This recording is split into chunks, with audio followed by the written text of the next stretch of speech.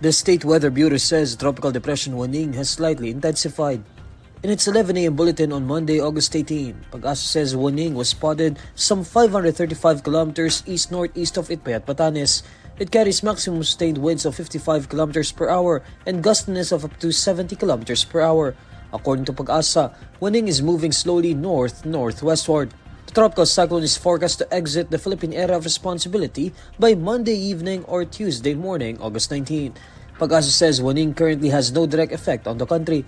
But the Weather Bureau says Ilocos Region, Zambales, and Bataan may experience cloudy skies with scattered rains and thunderstorms on Monday due to the cyclone's trough. Meanwhile, the southwest monsoon may bring partly cloudy to cloudy skies with isolated rain showers or thunderstorms over Palawan. State meteorologists forecast partly cloudy to cloudy skies with isolated rain showers or thunderstorms over Metro Manila and the rest of the country. The Commission on Audit is ordering an immediate fraud audit of all flood control projects implemented in Bulacan Province, which received the biggest share of funding in Central Luzon from 2022 to 2025. In a memorandum dated August 12, COA Chair Gamaliel Cordoba cites findings from the Sumbong sa Pangulo website.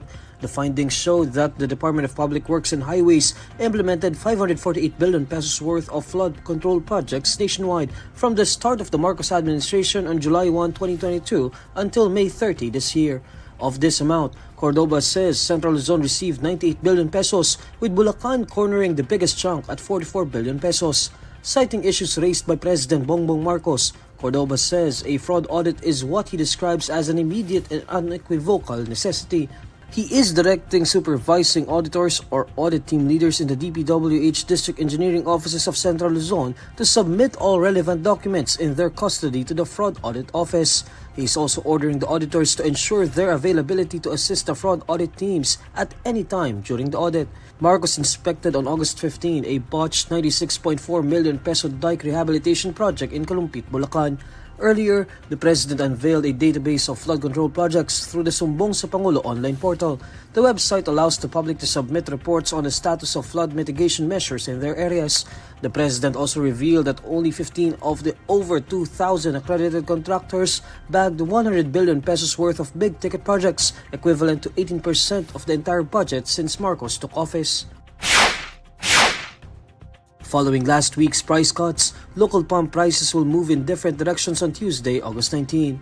In separate advisories on Monday, August 18, oil companies say gasoline prices will increase by 60 centavos per liter.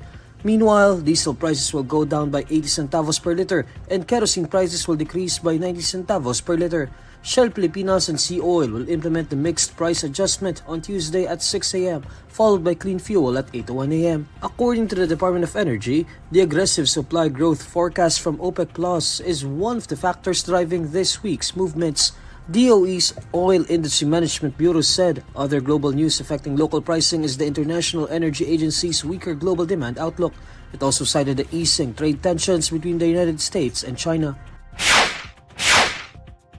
Senate Minority Leader Tito Sotto is asking Senate President Cheese Escudero to conduct mandatory random drug testing in the upper chamber following the alleged marijuana use on its premises. In his letter to Escudero, Sotto says the measure will help maintain a drug-free workplace. He says it will ensure that the morale, efficiency, integrity, responsiveness, progressiveness, and courtesy shall be observed in the civil service. Nadia Montenegro's name appeared in an incident report on the alleged use of marijuana in the Senate building.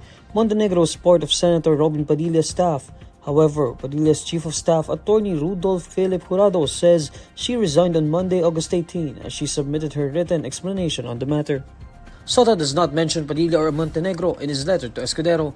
The minority leader says he is requesting the drug testing only in response to news articles regarding an alleged use of marijuana within the Senate premises. Sotto notes that in 2018, the Senate conducted mandatory random drug testing in compliance with the Dangerous Drugs Act of 2002, Civil Service Commission rules, and Senate policy. Sotto was the chair of the Policy-Making Dangerous Drugs Board. Two other senators have also expressed outrage over the alleged use of marijuana in the chamber. Senator Mig Zubiri said he will require his entire team, including himself, to undergo a drug test. Zubiri said this will help anchor the chamber's standards on conduct that fits its role as a lawmaking body. Senator Win Gatchalian described the incident as embarrassing for the upper chamber. Gatchalian proposed that the Senate fire any employee proven to have used illegal drugs on its premises.